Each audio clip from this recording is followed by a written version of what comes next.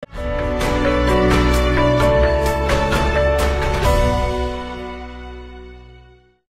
lagi di IMC Podcast Corner. Kali ini Lini Diandra lagi ada di Rumah Sakit IMC Cibitung. Sudah bersama dengan Dr. Bintang Cristo Fernando, spesialis bedah saraf. Yeay, halo dok. Hai. Dr. Bintang, apa kabar, sehat?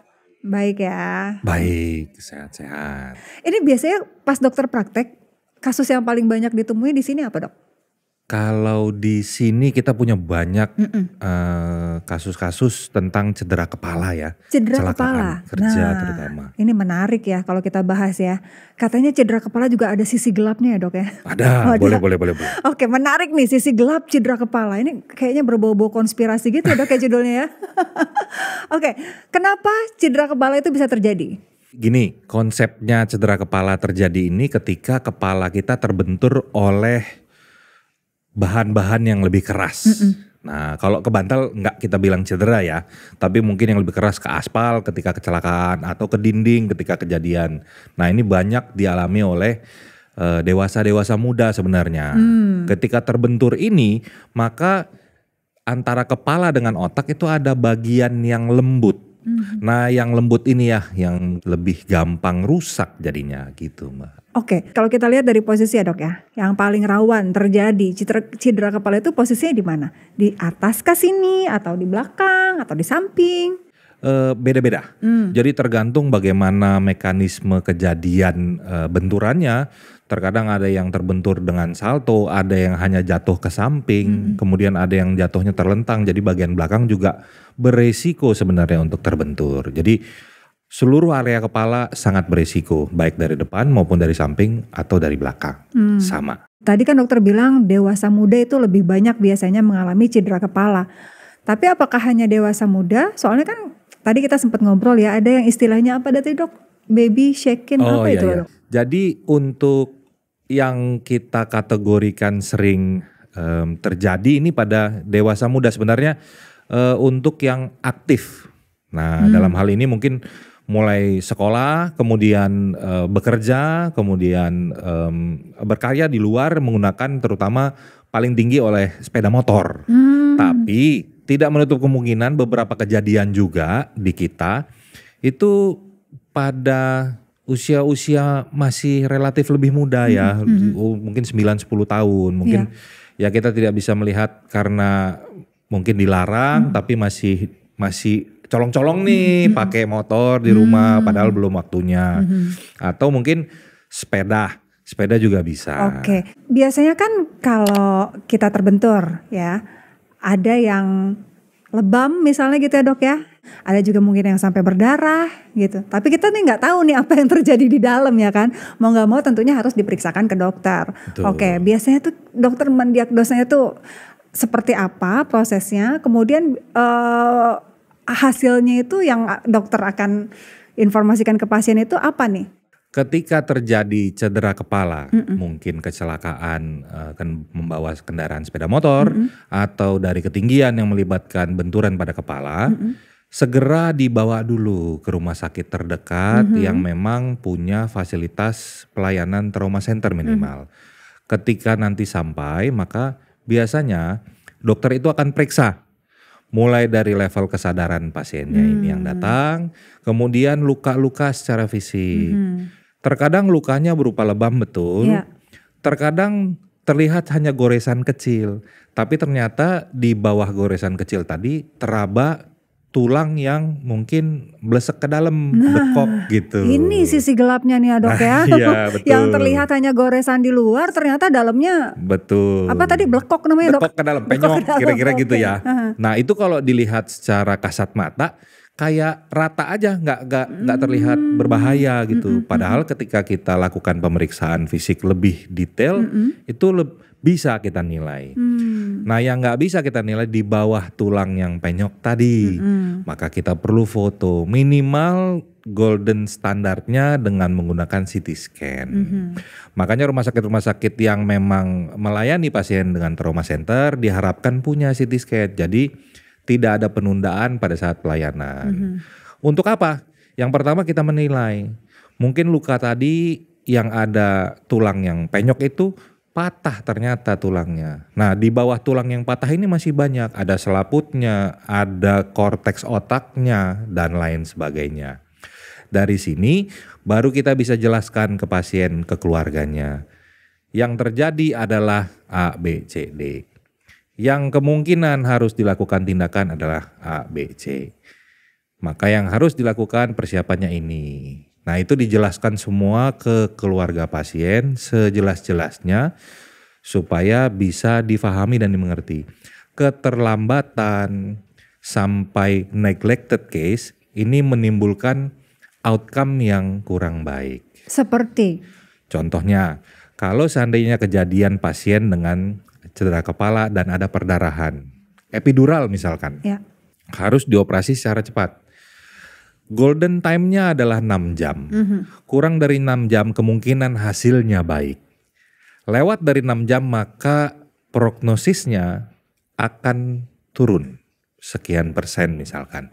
Nah, sampai kalau misalkan dia sudah lewat dari 24 jam maka hasil akhirnya tidak bisa diharapkan mungkin akan kembali mendekati normal, tidak lagi.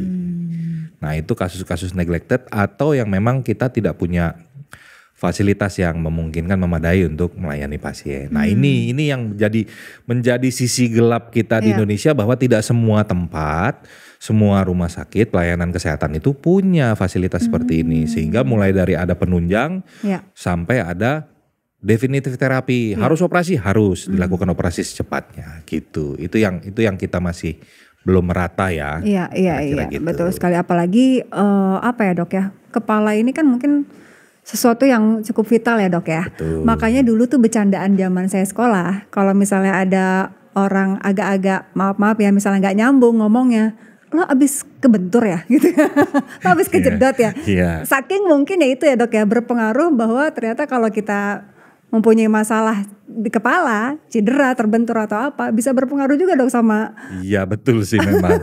Jadi sama memang, daya tangkap seseorang. Iya, jadi memang ada penelitian juga mengatakan bahwa dengan 1 kali terbentur yang lumayan moderate ke severe, itu 5 juta sel otak mati seketika. Walaupun kita punya miliaran sel ya, sel otak. Hanya saja mungkin ya dengan kadar yang moderate 5 juta sel otak, paling tidak mati. Nah, kalau dia berulang nih, berulang benturannya, ya mungkin tambah banyak gitu. Makanya kalau boleh, kalau bisa memang kita hindari. Dan memang dianjurkan di seluruh dunia, kalau misalkan kita menggunakan kendaraan bermotor, sepeda motor atau sepeda, menggunakan helm supaya mengurangi resiko ketika terbentur, sel-sel otak tidak mati. Itu baru selnya saja, belum kejadian nanti ada bengkaknya, menimbulkan ujung-ujungnya kematian sel juga. Nah, ini yang kalau boleh jangan terjadi benturan. Itu yang paling penting. Kalaupun terjadi dok, sejauh mana penanganan dengan operasi ya ini bisa memperbaiki sel-sel di dalam kepala? Sel-sel otak ini memang tidak bisa kita dikte. Jadi kalau dia bengkak, kita berikan suportif terapi. Misalkan apa yang dibutuhkan oleh sel. Sel ini biasanya banyak membutuhkan oksigen dan gula. Kebanyakan itu. Nah, kalau dia bengkak, maka dia melakukan pekerjaannya jadi terganggu. Kalau terganggu di area tertentu menimbulkan penurunan kesadaran atau kejang dan lain sebagainya. Nah, kita berikan suportif terapi. Mengurangi risiko kejang, kita berikan obat anti kejang. Untuk memastikan flow oksigen yang baik untuk makanannya sel-sel otak, kita berikan oksigenasi yang cukup, yang sesuai dengan kesadaran, level kesadarannya. Begitu juga kadar gula di dalam darah, kita harus pantau terus. Nah, kalau misalnya ada gangguan pernapasan, maka kita harus gunakan alat bantu, mesin pernapasan khusus. Jadi komplikasinya sampai ke situ juga ya dok ya? Sampai ke kecacatan dan kematian. Iya, termasuk tadi gangguan pernapasan gitu ya dok. Semua. Ya? Betul. Oke, jadi ternyata dari cedera kepala ini bisa kemana-mana. Bisa, betul sekali. Jadi kepala ini kita anggap aja sebuah prosesor yang menjalankan sistem di dalam sebuah mesin komputer misalkan. Nah, kalau misalkan prosesornya mengalami permasalahan, maka kerja dari sebuah komputer ini menjadi tidak optimal. Bahkan mungkin bisa nggak nyala laptopnya, gitu kira-kira. Jadi penting banget ya kalau Pasti. kita mengalami cedera benturan atau apapun itu langsung periksakan ke ahlinya.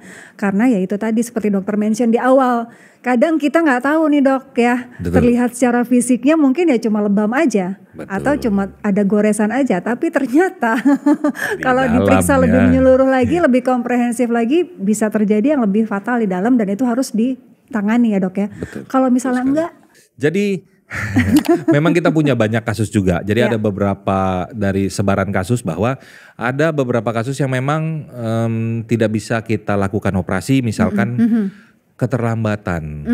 Ketika datangnya sudah terlambat, maka prognosisnya itu sama dioperasi dan tidak dioperasi. Ujung-ujungnya adalah kematian.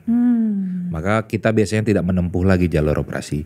Kalau masih oke dalam range bisa dioperasi, terkadang fungsinya yang tidak kembali. Jadi operasi ini hanya di level life saving, tapi untuk mengembalikan fungsinya tidak lagi. Ini juga lumayan banyak.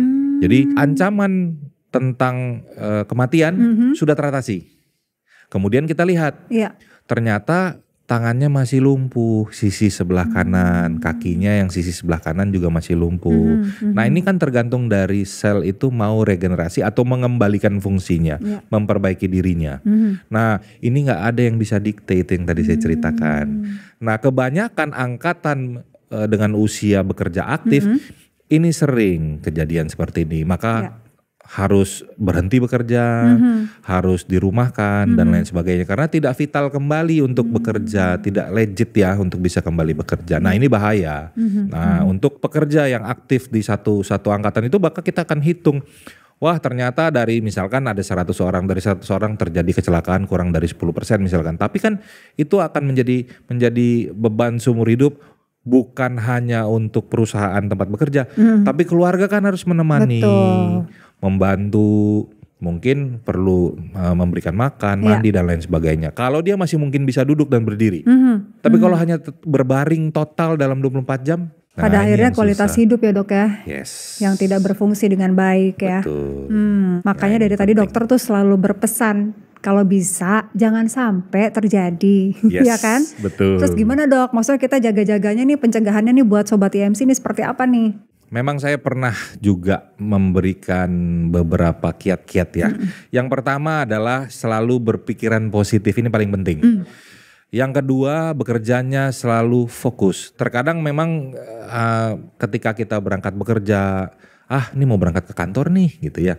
Tapi pikiran kita nih ke kanan ke kiri mikirin yang lain. Akhirnya di jalanan itu menjadi tidak fokus dan ya mungkin tidak aware terhadap segala macam ancaman gitu ya. Mungkin ada yang mobil ngerem mendadak atau motor datang tiba-tiba dari kiri dan kanan. Yang ketiga adalah selalu menggunakan peralatan-peralatan standar untuk melindungi diri.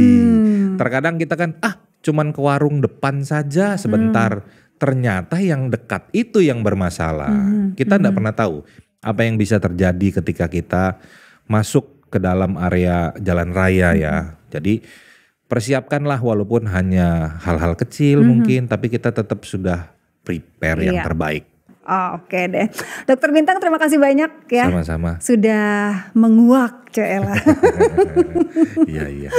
Ya memberikan informasi lah ya buat Sobat IMC seputar cedera kepala, mudah-mudahan bermanfaat ya. Dan Sobat IMC jangan lupa kalau pengen tahu jadwalnya Dokter Bintang di Rumah Sakit IMC Cibitung, bisa cek di mobile apps IMCare atau juga di websitenya IMC. Dan jangan lupa juga untuk selalu update informasi terbaru di sosial medianya IMC ya. Ada di bawah sini, ada Instagram, ada YouTube dan juga TikTok. Oke, saya Leni Diandra untuk IMC Podcast Corner. Dokter terima kasih banyak, kita ketemu lagi lain waktu mudah-mudahan ya. Oke, sampai jumpa.